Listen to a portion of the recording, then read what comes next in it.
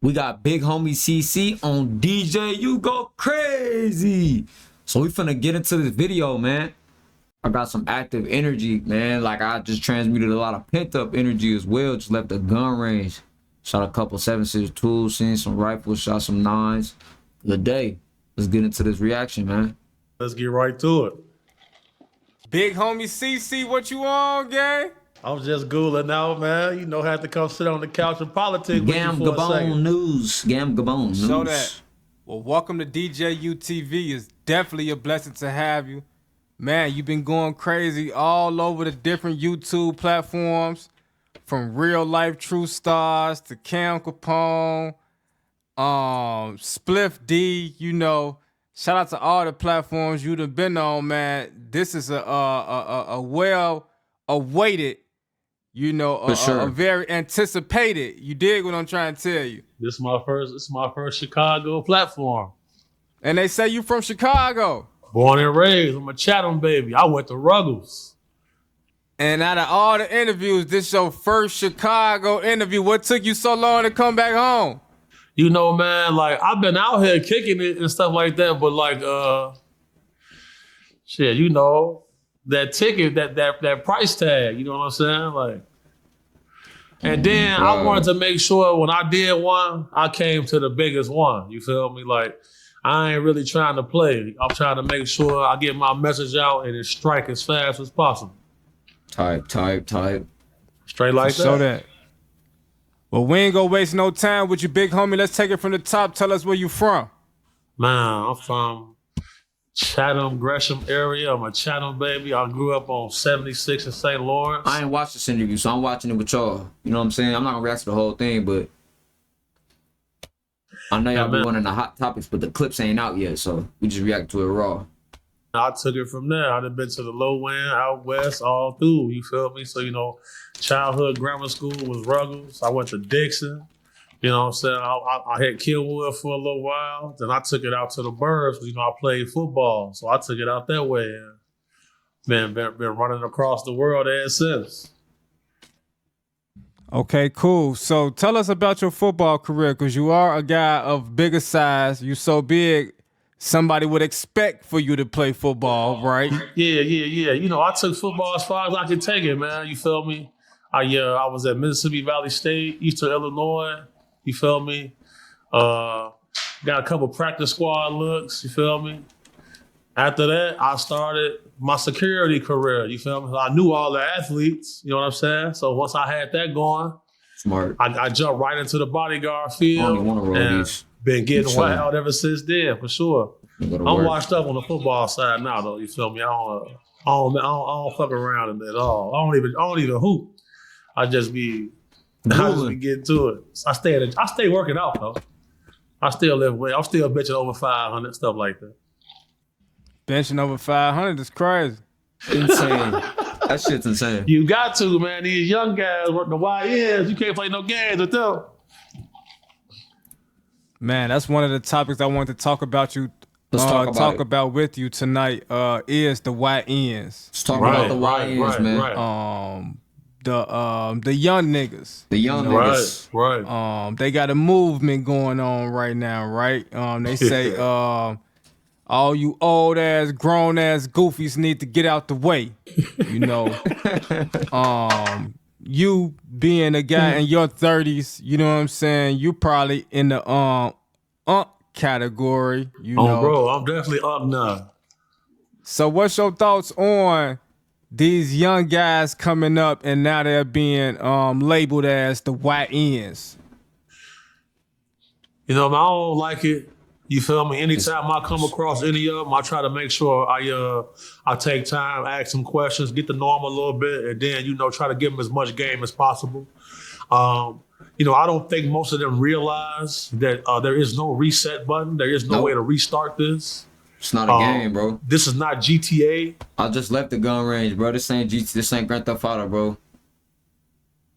Once that beam get on you, when somebody put that dot on you, can't even run from certain shit. Like, bro, boy. All right, man. This is real life, and something that stuck out to me is that they go out to the West Coast of California and they know all of the streets because they play GTA. Yep. I thought that was interesting because, you know, it's no coincidence that they're making these virtual reality simulation games as realistic as possible, and we're watching it translate directly to the street. You know, I'm watching guys with no firearm training walking around with MP5s, AR-15s, shell catchers, grenade launchers. Real artillery, bro. These niggas never even trained with weapons, but you got a whole ARP with you got a fully chop. How do you have that? Attachment, and they can't read. You know, I feel like that's a crisis in our community. Definitely. And, you know, I feel like let's go. The family structure is fractured, is flawed. And, you know, it used to be money over murder.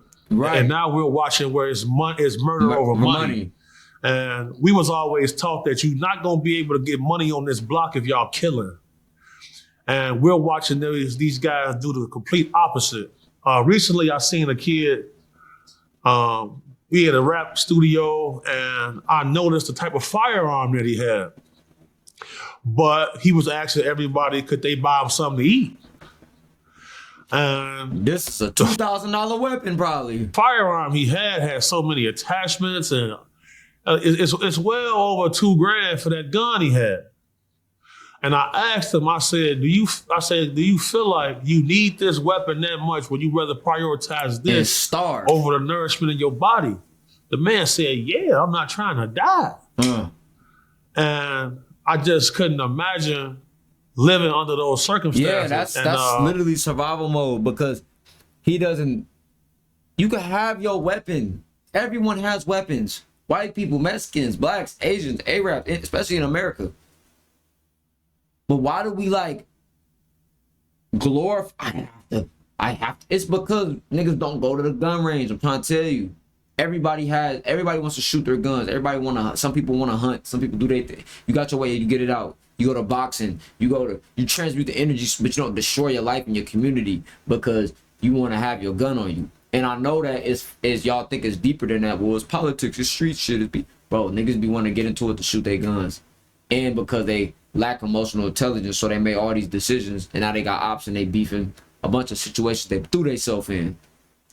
Not for everybody, for the most part though, of the masses of people that's in the streets, right? These niggas rather starve but got this gun on them all day. That don't even make sense to me, bro. And then the kid told me he traded up to get that gun. He said he started off with a car. Wow. He made a several amount of trades through a bartering system to acquire this firearm. Wow. And I said to him, I showed him a TV show. I said, look at this, man. You can trade this well and barter this well. Use this to acquire some actual assets that can benefit you. Literally. And, you know, I tap in with him from time to time. You know, he done got a little landscaping business started by trading things and learning how to barter. So, you know, I just feel like it takes for guys like myself, or like you, my homies, to that's in position. If none of your friends have told you about this, especially people that's in position, bro. You know what I'm saying? Financially, spiritually, mentally. Them who the lions don't want to listen to. Lions don't want to listen to a nigga who they can't relate to, bro. To someone. If these rappers can really just get off this shit all the way, we'll get it. That'll be the last one. Because but they won't. They being led down the path of destruction. You feel me? I'm involved with an outreach program, and we go into jail sometime and speak to some of the young guys. And man, it's a group of guys in there that got life sentences that's virgins. Damn. You know, that's astonishing to me. You got an L. Damn, bro. Damn. You didn't even get to experience a woman. And then it's like, even if they did have some sex or something in school, you didn't get to experience a woman. You didn't get to older. You didn't get to get your masculinity and really you know what I'm saying? Damn. Bro. That music goes straight to niggas' brain, man. Telling you, the music, the environment, it plays it out perfectly for them to throw their life away. When I say them, I say I. And you never even touched a woman. Like, you know, something must be done. Something must be done about it. So, you know, I'm doing the best I can with it, you feel me? So in order to get my initial message out, a few celebrities had to be thrown under the bus, and it worked. Here we are, you feel me? Straight up. What you mean by that? A few celebrities had to be thrown under the bus. So, you know, like my first Cam Capone interview 7 months ago that went viral. How many minutes we in? Should I start making these videos shorter? We at 10 minutes right now. All right, man, I'm gonna do this reaction, then I'm gonna go to work real quick. Grind. I got my vlog coming soon. Vlog dropping soon. I got a action-packed vlog, bro. Phoenix Suns game, gun range, all type of shit. It went viral because I was mentioning names of people who most people really wouldn't have the testicular fortitude to speak on in a public setting. And by me doing that, it started a fire. You know, I only been on the internet 7 months. This is my 7th month doing this, and when I first tried to speak out about the illicit and lascivious behavior that I watched working in the industry, people told me I was a hater. They said I was crazy, I was a hater, and it wasn't no DJUs at that time. That's 2012. It wasn't no jumpers. It wasn't no platform to speak out about. You feel me? And after I had choked out the dude Safari in California, I kind of got blackballed out there for a little while. So, you know, I just been operating on this side. Right. So, you know, I want to raise the level in my community, man. You feel me? And ever since I've been doing this, I got hundreds of able-bodied black men that's signing up on my website, thecolony.life. They signing up, you know. We working. And I said, and you got niggas that's on the same timing. Big homie, you ain't the only person. And you ain't the only person starting this shit. So why I say that is say, like, you got the energy building. Like, even you doing this, it's going to inspire people to create platforms and create and spread this energy throughout their circle, their life. Like, I try to spread this same type of energy with my people. I'll be already on this shit, but the fact that it's like when the masters meet, you know what I'm saying? They sit down, chop it up, and they go about their business back to their world, back to their land.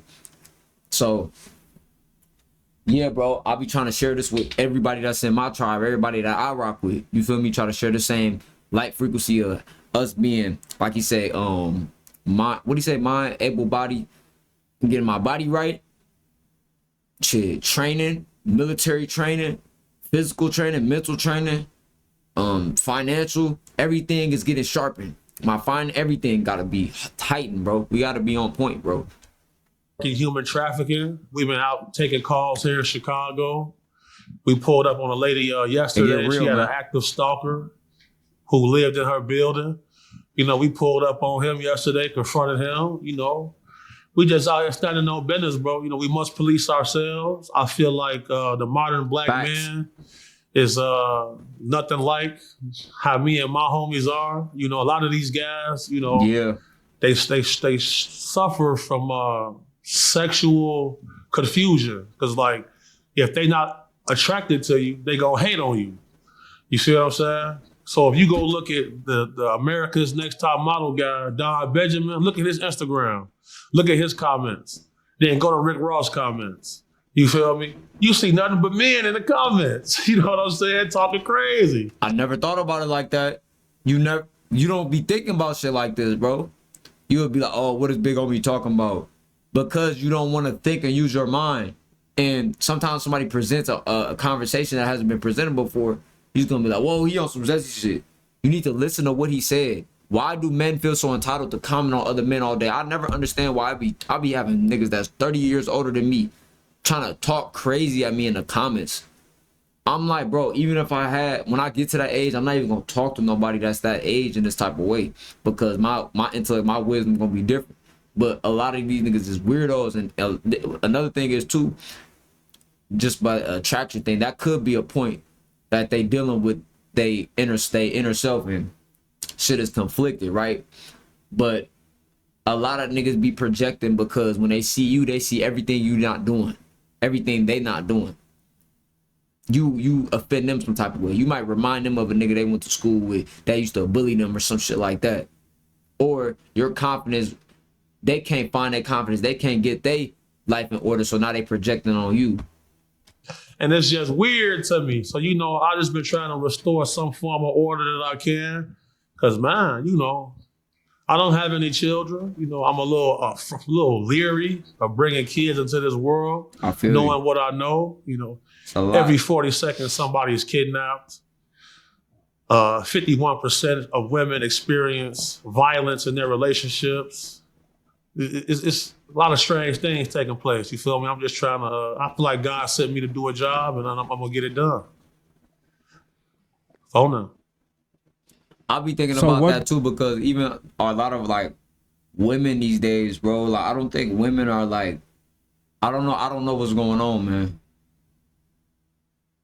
Like, how do you find somebody that genuinely loves and wants to raise a child and still want to be natural? And how do you find that? Because I can't deal with a bot when I have a kid. And when I say that, it's like people that don't want to go without things or want to cut certain things off or ideology or programs. Like, if you believe PhDs, college degrees, you believe you got to make yourself in this world.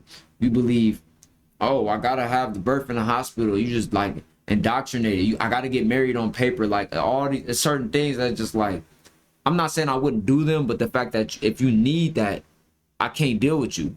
You know what I'm saying? If we do it just because of business, it's different. You know, just to cover our ass. But like, we still understand what's going on. I want to be with somebody that know the truth about the world, but can still maneuver in the world. Not somebody that know the truth and just live in fear or just completely bot it out. I don't know if that makes sense. It should though, because I broke that shit down. Do you think, or what would you say is your purpose here on this green earth? So, you know, man, I ended domestic violence in my family. I ended poverty in my family. You know, I feel like it's supposed to be a pillar in my community, be a leader of bosses, and to be able to create opportunities for people and make sure safe passage can be granted to those who need it. You know, somebody got to stick up for the weak, and somebody got to gather the strong and try to do something good, because I feel like our community is wayward right now. For real, for real. So going back to when you were speaking about the YNs, you mentioned Grand Theft Auto and how they're able to go out to California and, you know certain streets because they grew up playing this video game. Right. I would like for you to elaborate on that a little bit more, specifically the impact Grand Theft Auto had on our community, right? And it stood out to me because when I was a child, my pops didn't allow us to play GTA. Yep. I had to sneak and get my mama had to buy it for me, bro. My dad had never buy me GTA 4, bro. I used to be like, Dad, every time, because my game used to break. This back when discs used to break, I'd be like, Dad, I'm trying to get my game. He wouldn't buy me my dad didn't buy me no games, period. And I used to thought he was an asshole for that, bro. Like, my mom bought me all my games. So my dad, he'd give me what I need. Shoes when it's school time. You know what I'm saying? He ain't buying you no damn game. What? No distraction. I'm not buying you no damn game. I'm like, you don't want me to have fun, bro? Damn. But I get it though now that I'm older. But yeah, but like with the video game shit, bro, like them niggas will read off like, well, this game includes this, and this, and this. And then most parents gonna be like, oh yeah, hell, I ain't getting that game. You know what I'm saying? But you know, some of our parents just want to make us happy. So you talk your mom your ear off, you ask her all the time. So I ended up just start getting the games. Well, my mom was never tripping anyway. I was watching Family Guy when I was 6 and 5, bro. I've been like, I was watching SpongeBob. I was watching Juice when I was 8, 7. Bro, should be coming on our subconscious a little too early. No cap. You know what I'm saying? Yep. In fact, I could tell you, I remember one time he caught us playing it at a cousin house and he ripped the PlayStation out the wall. Oh, you know what I'm saying? So, so you know, like touch on that for us. You know what I'm saying? How crazy was Grand Theft Auto, the video game? Yeah, man. I distinctly remember how people was before it came out. and the onset of it and how it affected people and now. Because, you know, bro, everything, like on them private servers, you can buy weed, smoke weed, have a job. On GTA, he talking about 5M RP. RP, you could literally, I'm not gonna lie to you, man. This shit is crazy. Get liquor. You stealing cars, you running from the police, you get locked up. It's a complete simulation to what's going on the street to real life. And prime example, North Korea runs a program where they run constant propaganda to brainwash their civilians in their society. They don't allow you to have that type of stuff over there. But they run another thing on them. So what they believe that all Americans are evil, they call us the American Imperials. Now, if you take that same program and circumvent it into a virtual reality simulation, it's gonna have a similar effect. Prime example, every time we see a mass shooter, they have a gun off of Call of Duty. Right. Whatever loadout they got on Call of Duty, that's the firearm they go buy from the store and go out and gun down civilians. It's the same exact thing. In Jamaica, Africa, and African countries, drill music is banned. You can't make it. In Jamaica, Haiti, drill music is banned. You cannot make it. Same thing. All of this stuff is allowed here. You know, America has become a candy store. And most of the candy that they sell is poisonous. Poison. And we are the minority in this country, but we're murdering each other at such a high rate. And not only that, they murdered us too. We've been just getting deleted for a long time. That's why they're the majority, bro, because they killed off a lot of us. And mixed breeding, it's a lot going on now. That it's not sustainable. Simple as that. You know, there are evil forces at work. And, you know, I'm a witness to this. So, you know, I'm just trying to, you know, grab as many souls as I can, man, right, you know, before my time is done here. Because, you know, I've been at this a long time. You know, I'm at the end of the road. Once my last couple of NDAs expired, you know, I came public with my story and it caught on. I just feel like, where do we find ourselves as a people if everybody knows how to be violent, but nobody knows how to maintain a household? Yep. Where does that leave us? Things you gotta think about. Man, Everybody you get could shoot real a deep on a pistol lot of and- different topics. I heard you mention drill music, you know, and drill music has clearly had a negative impact on our youth, you know, a negative impact on our community. And we're still going through it today. Drill music has been relevant for the past 10 to 12 years, you know. We've witnessed a lot of men die behind drill music. We've witnessed a lot of men go to jail behind drill music. But somewhere in America, there's still a young black boy waking up to create drill music. For sure. As we speak. For sure. So what's your thoughts on drill music, the genre, and the effect it has had on our community? Drill music. I remember watching dudes trying to be like Pretty Ricky and them. Hold on. I've seen every... Why is this shit not up, bro?